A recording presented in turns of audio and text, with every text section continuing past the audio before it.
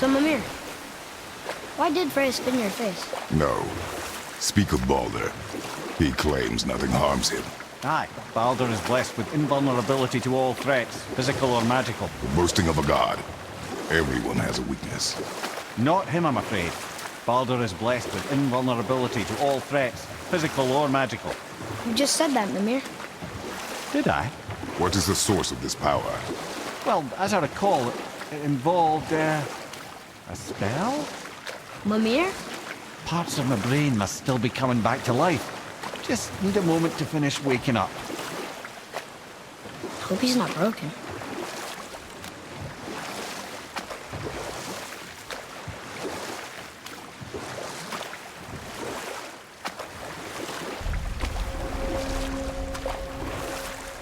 Mimir, we're in the lake. Perfect. Dock us near the bridge. Mimir, you never did tell me why Freya spit in your face. Well, she blames me in large measure for her present circumstances, and not totally without reason. It all goes back to the long war between the Aesir and Vanir. Prior to that, wars for the Aesir were easily won, but the Vanir had proved their equal and exacted devastating damage. Both sides suffered tremendous losses, and for many of us, quite frankly, war was simply no fun anymore. What a rather senseless waste of precious life. Wouldn't you agree, brother? Precisely. Enough was enough. And at last, Odin's most brilliant advisor became determined to find a more enlightened path. He set about to broker a peace between the gods. Took some convincing, but ultimately Odin was persuaded to marry his deadliest enemy, a certain Vanir goddess, legendary not only for her fertile beauty, but her genius at the very Vanir magic that Odin had long aspired to master. Freya married Odin? What was in it for her? It was a sacrifice to protect her people, a selfless act of love. Truly, she deserves better than she got. But of course, there's more to that story. I can't believe Odin and Freya were ever married. Love and hate are more closely intertwined than you might imagine. For instance, Odin hates the giants and they him. But Thor's own mother was the giantess Fjorgun, one of Odin's great loves. So Thor's half god and half giant? Weird. Once Fjorgun was gone, lonely ages passed for Odin. And as war with the Vanir raged, I could see what he really wanted beneath his bluster. And after no small amount of convincing, Freya agreed. For a while there, he really turned on the charm. He seemed happy. He seemed interested in making her happy. He granted her so many wishes I can scarcely recall them all. The peace held, and I truly believed all had worked out better than I could have planned. But Odin's true face showed itself again in the end. Oh, he won Freya's trust, and she taught him some of her Vanir magic, another choice she would live to bitterly regret. Sadly, despite his wise counselors' best efforts to persuade him that peace was the only true path to stave off Ragnarok, Odin never let go of his obsession with Jotunheim. The taste of Vanir magic led him to new forms of experimentation and new levels of depravity. This chisel we seek, what is it? I'm glad you asked, actually. I have just the story for you. There was a giant once named Thamur. A very giant. Who, despite his mountainous size, was without question the greatest stonemason this world had ever seen. Proud Thamur hoped to one day pass his vast knowledge on to his son. But young Hrimthur had the heart of a warrior. Perhaps the father had too much fear in him, or the son too little. Either way, a quarrel of theirs spiraled out of control, and the overworked stonemason, bonk, struck his son. Hrimthur ran off into the night. Feeling shame and regret, Thamur chased after his son, but in his emotional state soon found himself wandering Midgard, lost and alone. Sadly, he caught the eye of the one person he didn't want to meet alone that night, so far from home. Thor. Thor killed him. I know. He fell in a village? Aye. When Thamur fell, he crushed a charming place famed for worshipping the Vanir god Njord. Thor always took credit for planning that one. The truth is, the sweaty ballbag just got lucky. What now then? Maybe Freya ought to have a look at the boy. No, I feel better now. I just needed to catch my breath. Where do we go next? Well, now that we've got the giant's chisel, we need to learn the travel rune to Jotunheim, so we can carve it into that special gateway atop the peak, and open realm travel to the land of the giants. You don't know it? Alas, no. But the serpent did mention that the giants had entrusted that secret to Tyr. Isn't Tyr dead? Aye, but his hidden boat is very much in reach. The doors are beneath his temple, submerged in the lake for generations until our snake friend shifted his weight. There we shall find the fabled Black Rune of Jotunheim. We could also explore some more. We got that chisel now, and that vault isn't going anywhere. Seems a shame to waste the boat. We shall see the way. Okay. Obviously the marriage to Odin didn't last. But how did Frey end up a hermit in the woods? Oh, that was a singular piece of cruelty, even for Odin. As if the marriage wasn't punishment enough. Freya was better to him than he deserved. She stuck it out through all manner of indignity, all in the name of maintaining peace and safety for her people. But Odin's madness, his tyranny, his corruption of her magics, it became more than she could stomach, and at long last she broke it off. Odin's wrath was fierce, and his curses upon her were more than she dared to fear. But her magic was so much stronger than his. After so much time together, he knew her vulnerabilities and exploited them to craft curses she could never break. Oh, like not being able to leave Midgard. Worse still, he robbed her of her warrior spirit. Freya cannot fight, even to defend herself. No living thing may she harm by blade nor spell. In a world this belligerent, what choice does she have but isolation? Poor Freya. I guess if I was her, I'd spit in your face too. Aye, lad. So would I.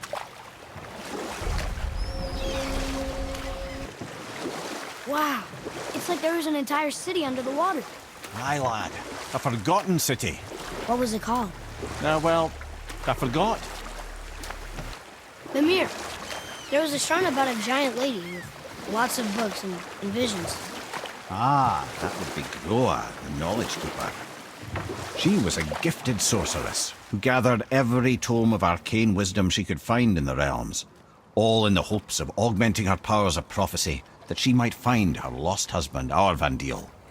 But it was not her husband she would glimpse in her visions, for it was Groa, seeing longer and farther than any before or since, who witnessed Ragnarok, the end and the beginning. When Odin caught word of her ultimate prophecy, he maneuvered to obtain her knowledge and hoard it for himself. Groa knew Odin as a long-time patron of her services, and so she welcomed him into her library as a friend. What she did not know is that Odin himself was behind her husband's disappearance, having used his enchantments to conceal his death at Thor's hands from her sight. Smiling, jealous Odin took her by the throat, and with his very hands he stole her library and her life for his own. I always knew Odin was bad. That's just... Ruthless, barbaric, heartless? That's Odin. In fact, we would do well to sit here in silence for the next few moments and reflect on Odin's capacity for cruelty. Ed, you are full of stories. When will you tell one that entertains? I beg your pardon? He just insulted you. Yeah, I got that. So you want a corker, do you? Very well, my brothers. I'll tell you the story of Hrungnir, the brawler. The real story. There was a huge battle, right? His shrine had him in the middle, fighting off Aesir. A pretty story, but no. Hrungnir, you see, was born with neither head nor heart. So the giants had to complete him with stone. He was strong, to be sure, but also a perfect simpleton. Odin met him wandering in Midgard one day. Found him so amusing, so harmless, so gullible, that he invites him back to his palace in Asgard. There he gives Hrungnir his fill of mead, and goads him into all manner of boasts and antics, all for the amusement of the court. I was there. I saw the Aesir laugh as Hrungnir leapt upon his shield and swore he'd kill us all and take our womenfolk back to Jotunheim. Then Thor shows up. And does he laugh? Oh no. Thor takes one look at the drunken stone buffoon and brings down Mjolnir on his head so hard that he's got chunks of Hrungnir in his own skull to this day. Thor is so startled by the face full of rock, he doesn't notice Hrungnir's body topple right onto him with a sickening crunch. And again, the roars of laughter echo through the palace halls. That's an awful story, Mimir. Nothing like the ones Mother told me. Let that be a lesson, my son. Truth is seldom so pretty as myth and legend. I wonder why Goofy's bones are all over the place. Desecration, typically. Pieces of scattered corpse make for a piss-poor soul. No hope for Valhalla or Helheim when your arm's on one beach and your head's on another. Why not ask the spirit? I'm sure he will be forthcoming with answers. I have a question. If Ymir was the first giant, where did he come from? In the beginning, there was Ginnungagap, the great void. There were no realms yet, only primordial forces. There was fire, and there was ice. And there in the void they met and produced... Water? more than water. The mystic lifeblood of something entirely new. From this water, Ymir took form and became a being of pure creation and chaos, mother and father to all that came after. Even the Aesir?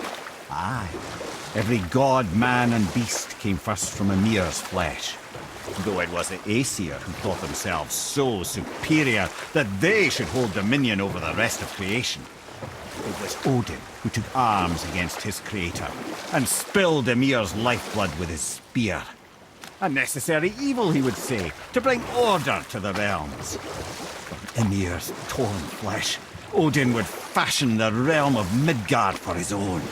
Called himself All-Father as if he was the creator and not the creator's destroyer. The small, covetous tyrant. Mimir? Huh? Oh, sorry, my boy. I think it best we just end it there, actually. You sure I can't turn into a wolf? You are welcome to surprise me.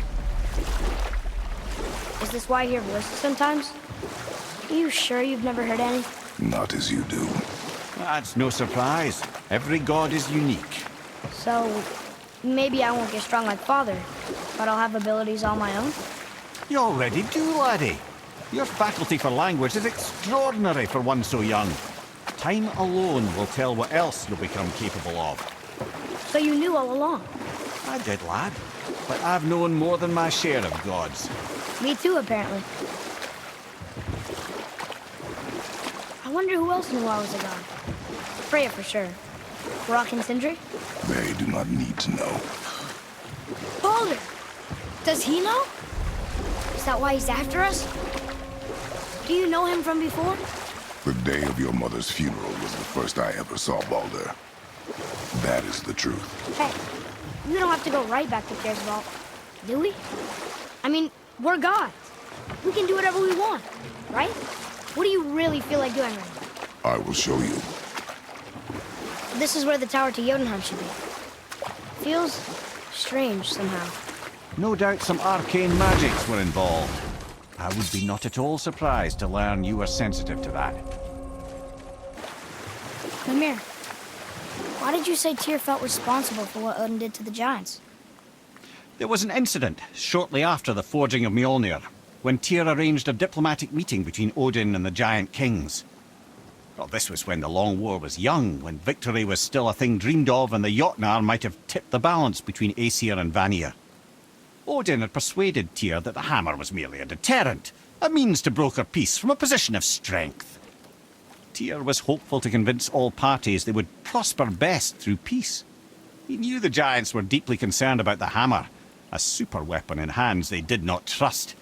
But they trusted Tyr. Tyr always believed the best in people, and taking Odin at his word in his desire for peace, He brought the Raven King to Jotunheim. From there, things unravelled quickly. The giants anticipated Odin's trickery and exposed his true agenda to spy and steal their secret wisdom. With magics, they expelled Odin from their realm and cursed him never to return. Frustrated, Odin visited his fury upon the giants of Midgard. Thor unleashed Mjolnir's might upon any giant he could find. None could stand against the tide of slaughter that followed. And at last, it seems, with Tyr's aid, they retreated. The tower disappeared, no giants could be found in Midgard, and no man nor god has set foot in Jotunheim since. I still can't believe a son would kill his own father. That's crazy, right? I know, we only got one side of the story. But come on! His own father? I mean, I get angry at you sometimes, but... Do you? I mean, sometimes, yeah. A little. But I'd never stab you in the back. No. I imagine not. Mimir, you never told us what Magni and Modi had to do with Hrungnir. Oh yes! Well, what happened after Hrungnir fell slain upon Thor was that nobody in the court could get the stone body off of him. Thor was no use at this point, his brain rattled, his breath shallow, but none of Odin's men were nearly strong enough to help. Then enter little Magni and Modi, no taller than shrubs, and while nobody but myself was looking, they flipped over Hrungnir's corpse and freed their father. Magni, being blonder, got all the credit, and Modi remained bitter about it from that day to the end, which I don't need to tell you about. Mimir, why did you work for Odin if he's so horrible? It's my career! And if you mean to make your career as a counsellor to kings, you can't very well rule out petty maniacs. Available positions are scarce enough.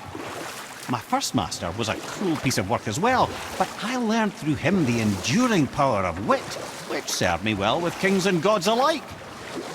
I couldn't have been much older than you when I started. A fairy king's errand boy and unofficial jester. By night, my mates and I had the run of the forest. Good fellows they called us, knavish spikes to the last. We'd get up to all manner of mischief, making fools of the local mortals. But as long as our lord was kept amused, we were spared the consequences. Then one day he was not amused, and I saw fit to move on. Thankfully, the ages and roads travelled since then have turned me from that merry wanderer into the paragon of virtue you see before you today.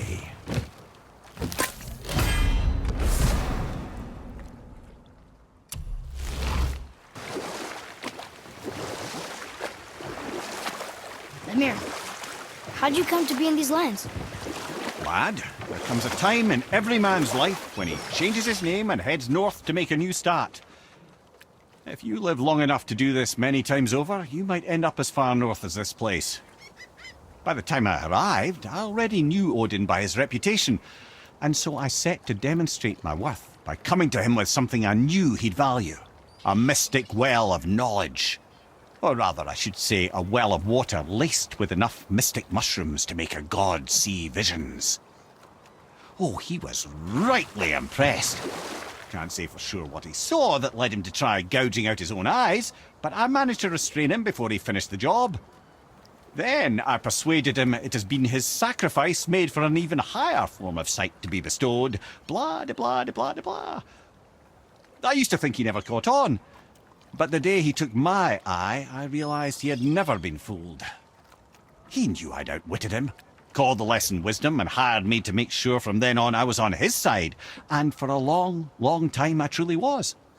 Doesn't mean he didn't hold a grudge.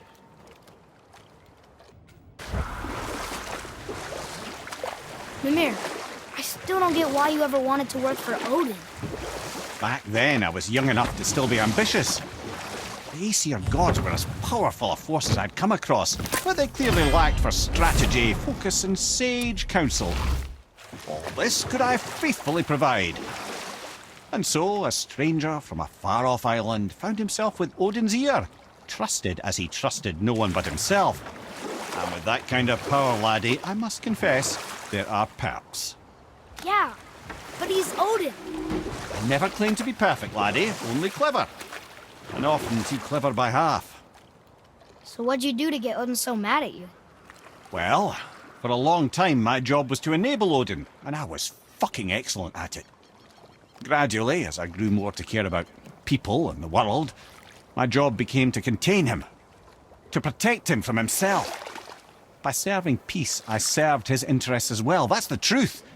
But he saw it as disloyalty. No longer trusting my motives, but not wishing to part with my brain or tongue, he bound me to a tree and adopted a new pastime of casual torture. Well, I'm glad we came along to cut off your head. Aye, lad. Lucky break that was. If I'm not mistaken, we've yet to discuss the tale of the giant Bergelmir. Oh yeah, I remember his shrine. It looked happier than the other ones, mostly. It begins in an ocean of blood. Finally, a story worth hearing. If you remember, Ymir, the first giant, was fatally stabbed by Odin. It's in his blood our story starts. Ymir's magical guts poured out in a torrent so violent it threatened to flood all of creation. The Jotnar were unprepared, as the very last of them were washed away in the endless tide. Not just Ymir, but all of giant kind faced extinction. And so would Odin's victory have been complete.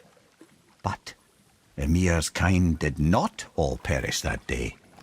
Staying afloat in the hollowed husk of a tree, the frost giant Bergelmir endured, as did his lady wife. For weeks they sailed, until finally they came upon a new land. They called it Jotunheim. And there they would start anew. As father and mother they would multiply exceedingly, and as king and queen they worked to make Jotunheim a land where giants would know no master but themselves. Bergelmir never sought revenge for Odin's slaughter. His vengeance was to live and prosper. He died at peace, a legion of his kin to mourn him. He would ever be known as Bergelmir the Beloved. Bergelmir the Beloved. Huh. I've never heard a story end that way. Not a true one, anyway. Few do, laddie.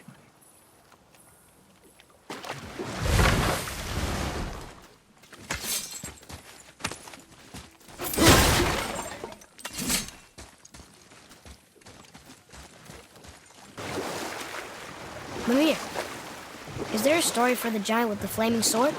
Stuart the Brave. Of course. We've spoken so much of frost giants. It's about time we instead met the most fiery giant of all. Back when Ymir first emerged from Ginnungagop, it was Stuart who followed next. He came from Muspelheim, the fire realm, bringing heat to the young cosmos, conjuring the sun from his primordial flame. But let's come back to that flaming sword, shall we?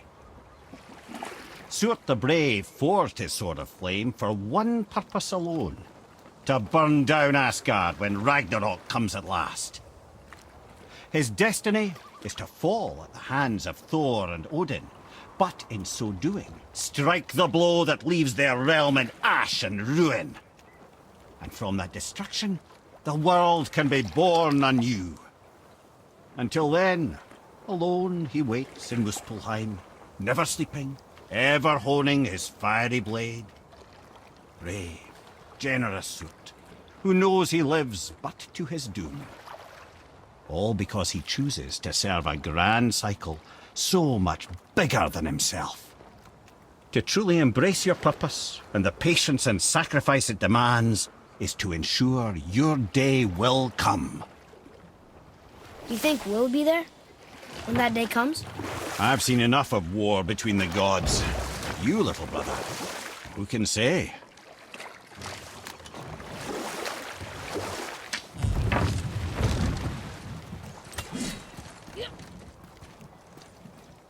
Mimir, why don't you tell us the story of the giant that stole Thor's hammer?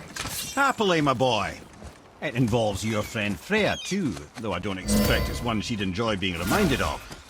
The giant was called Thrym. Enough. No stories. Not while on foot. Our focus is the road. Completely understand. I'll finish later, lad.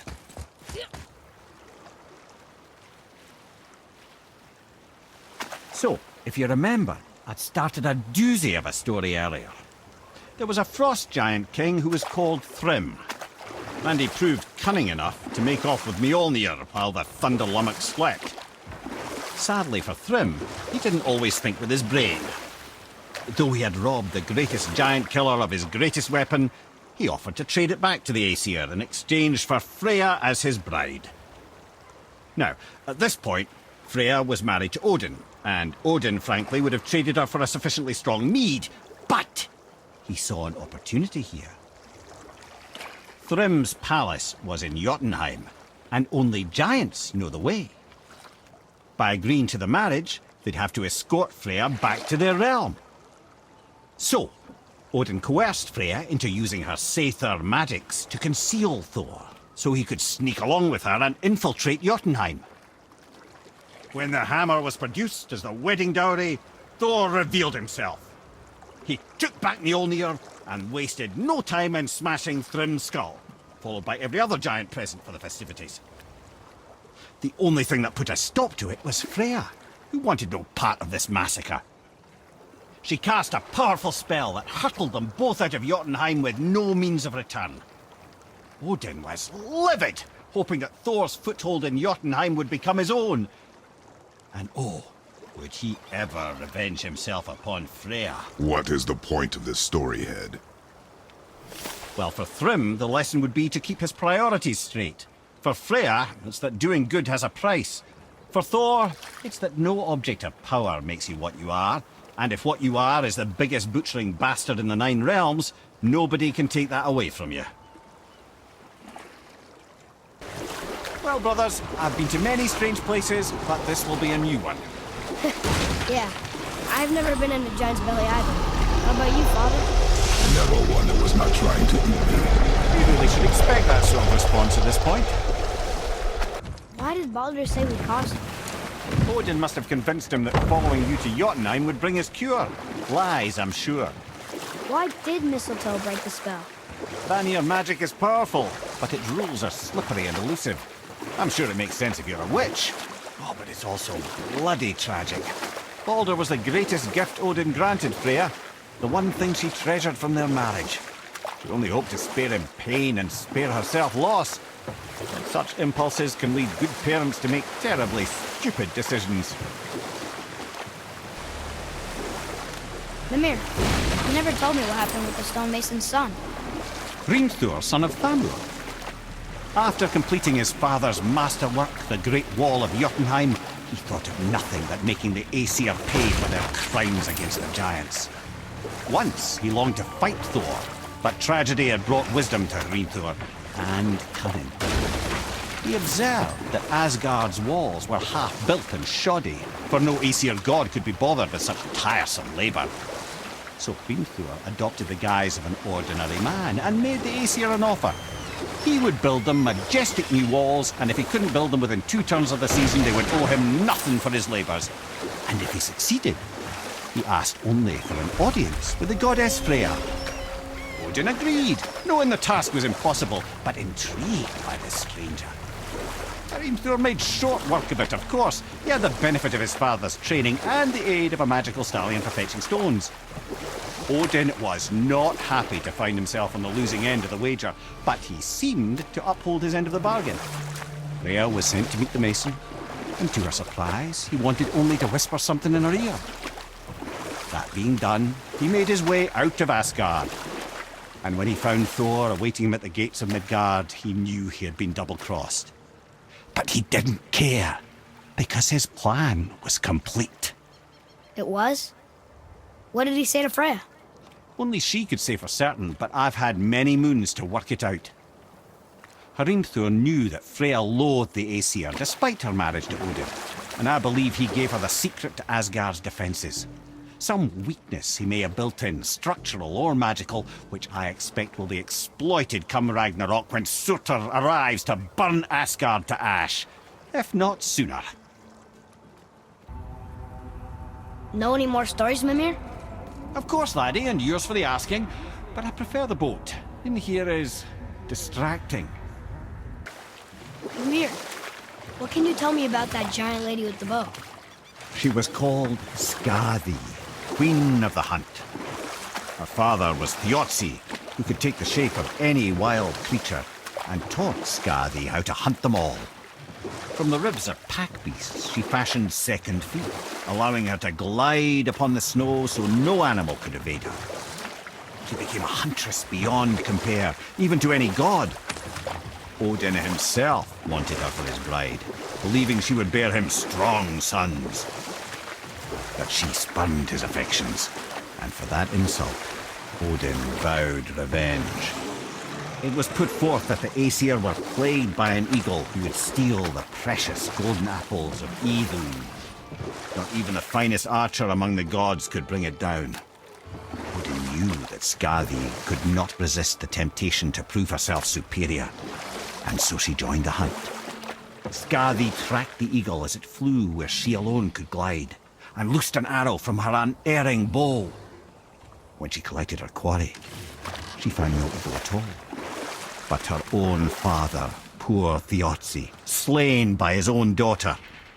She was overcome with grief and shame, for there is nothing nature so reviles as a child who kills their parent.